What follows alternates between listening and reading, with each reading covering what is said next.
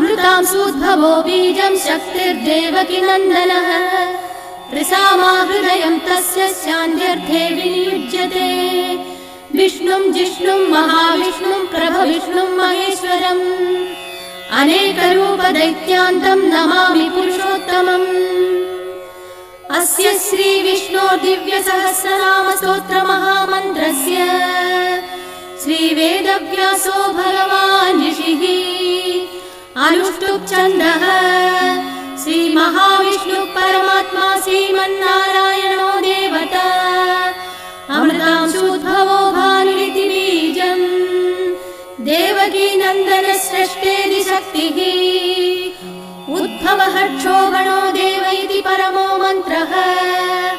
शङ्खवृन्नन्तकी चक्रीति कीलकम् शार्ङ्गधन्वा Gadadhar इत्यस्त्रम्